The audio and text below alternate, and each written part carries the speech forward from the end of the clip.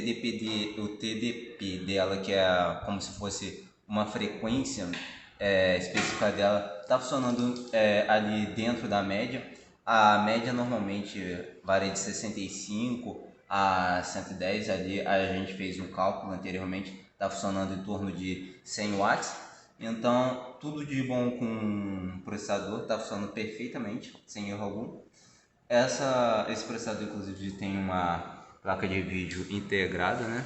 Então, aqui, ó, temperatura 35 máximo e o mínimo 32 graus Celsius, né? E isso indica pra gente que tá na temperatura específica, tá numa temperatura boa, porque esse computador aqui, ele tá atualmente em idle, né? Que é o modo ocioso dele. Então, normalmente para uns jogos, alguma coisa um pouco mais pesada, uma atividade mais bruta, tipo renderização, a temperatura desse processador iria sim se elevar, mas aqui como está em modo ocioso, não é possível ver tanta coisa assim, né?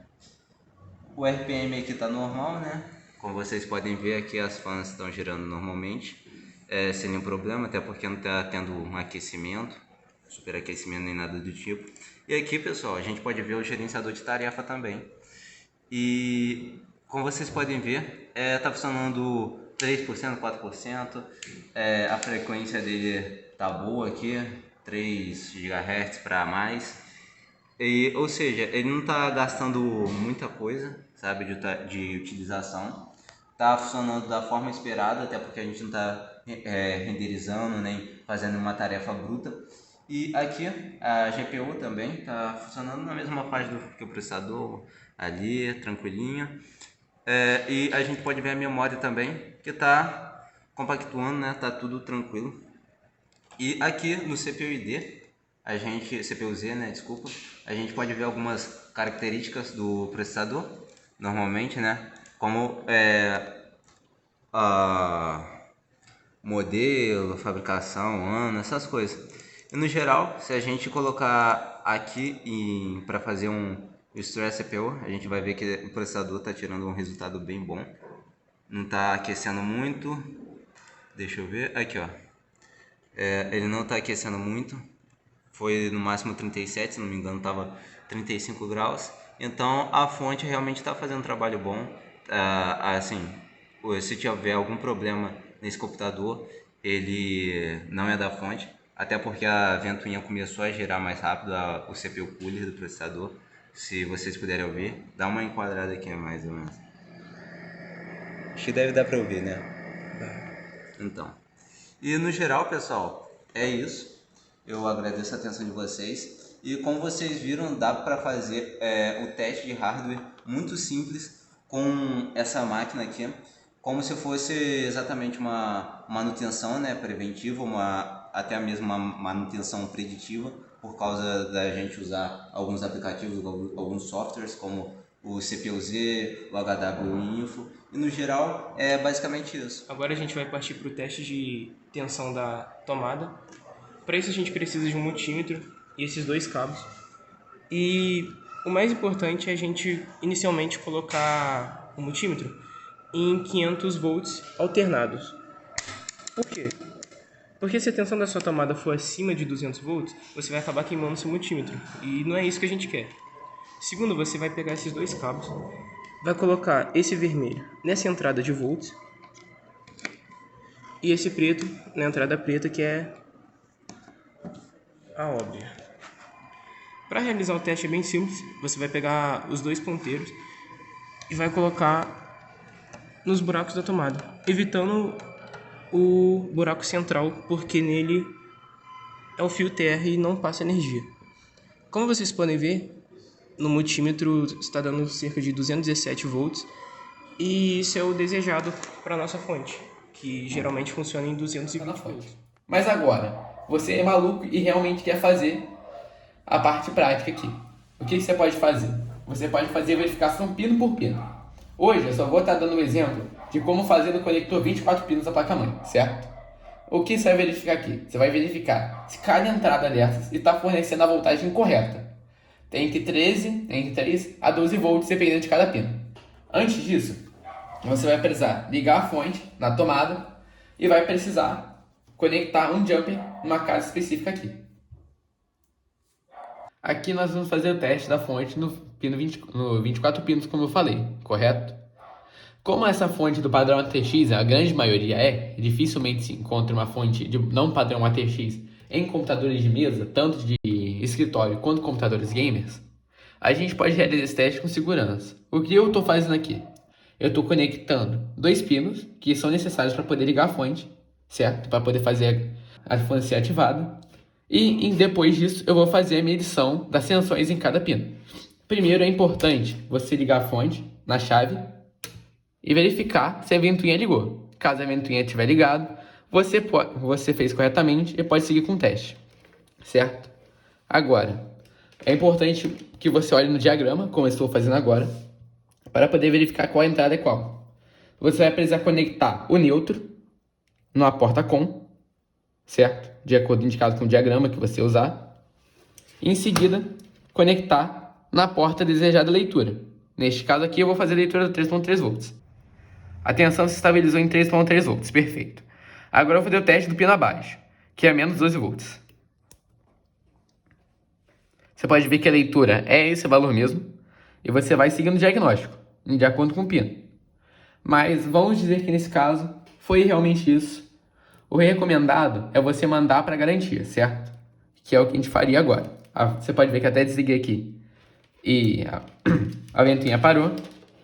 Mas vamos dizer que você mandou para garantia e agora precisa fazer a troca da fonte, certo? Agora a gente vai estar realizando aqui a desmontagem da fonte para poder fazer a troca. Porque digamos que realmente deu defeito e agora você precisa retirar a fonte para poder mandar para garantia. A primeira coisa que você vai querer fazer é poder tirar os cabos da fonte. Eu não levaria muito esse exemplo especificamente para computadores de escritório, porque o layout dele costuma ser um pouco diferente. Mas a parte de desconexão de cada cabo é a mesma, porque segue o mesmo padrão ATX na maioria dos casos, certo? A única coisa que vai ter realmente diferente aqui é como os componentes são distribuídos. E aqui temos todos os componentes com a fonte. A primeira coisa que a gente vai fazer, como eu falei, é desconectar de cada componente. Primeiro da placa de vídeo, PCIe, não está marcado, mas é essa parte. Vai desconectar agora 24 pinos da placa-mãe. Em seguida, vai ser desconectado a conexão de 6 pinos da CPU. Aqui, 8 pinos, perdão. E agora, esses cabos todos estão passando por trás do computador, correto? Para poder fazer a remoção deles, eu preciso primeiro remover a placa traseira deste computador, não só de acrílico, como eu já fiz a remoção, para poder ter acesso onde os cabos estão presos.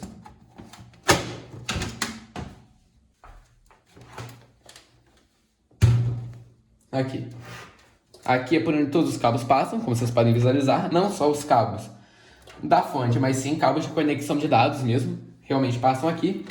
E agora eu vou fazer a remoção de cada um. Aqui temos a parte desse computador. Agora com o nosso user em mãos, caso a gente precise, a gente vai fazer a remoção de cada cabo. Primeiro, remoção do cabo da CPU, como já foi falado.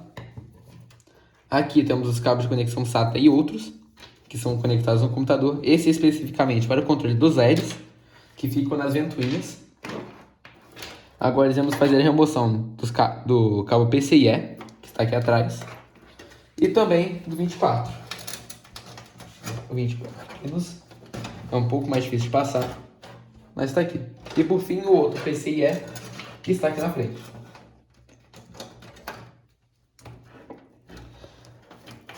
Aqui fizemos a remoção dos cabos da fonte. E em seguida, queremos remover a fonte aqui. Só primeiro eu vou precisar fazer a remoção, antes de poder realmente remover a fonte, da parte da frente aqui. Da parte da frente não, da parte de trás. Porque aqui é onde de fato prende a fonte no gabinete em si, com os parafusos. E um cai.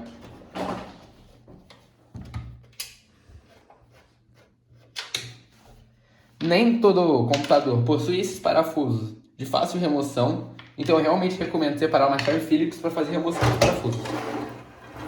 E aqui temos a nossa fonte, que para a nossa apresentação está defeituosa, uma CX 650 também da Corsair. Agora, vamos fazer a troca, deixar essa fonte aqui, e colocar a nova, que a gente acabou de testar, CV 650. Primeiro, você encaixa ela no mesmo lugar onde a outra estava. A orientação é comum, ela sai de cabeça para baixo, para poder encaixar com cada parafuso corretamente.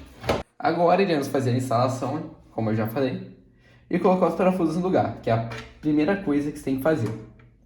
Assim a fonte vai estar bem fixada e você não vai ter problema passando os cabos depois.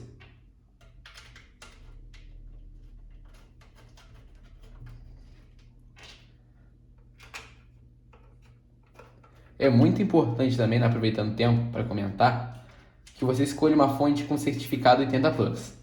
Existem algumas fontes que não têm certificado, são confiáveis, porém servem apenas para funções de baixo rendimento, como por exemplo seu computador comum de escritório, que você não vai usar para muita coisa além de realmente acessar programas básicos, como Word, Excel, entre outros.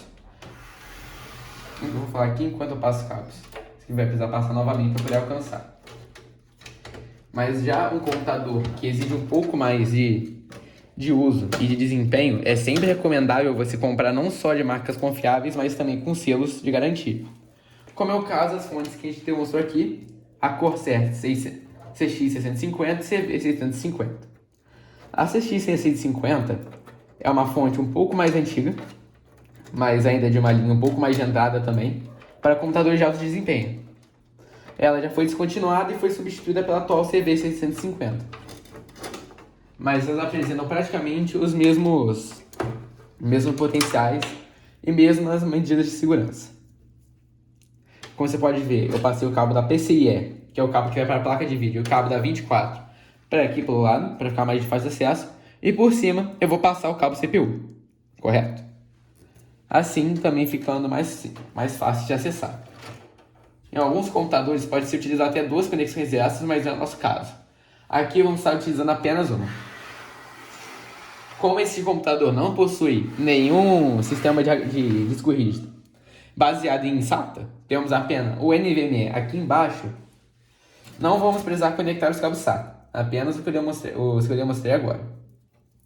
Aqui vamos conectar a entrada PCIe no conector da placa de vídeo. Algumas placas de vídeo podem exigir 2 conectores esses por ser de alto desempenho, o que não é o nosso caso.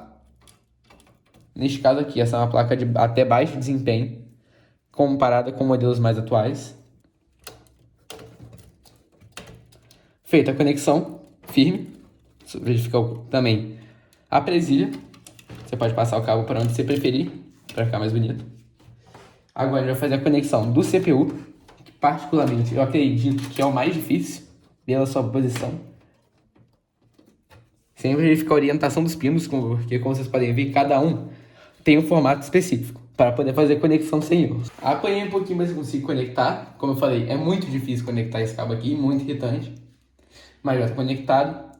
E por fim, vamos para a conexão do cabo 24 pinos, que é o que vai na placa-mãe.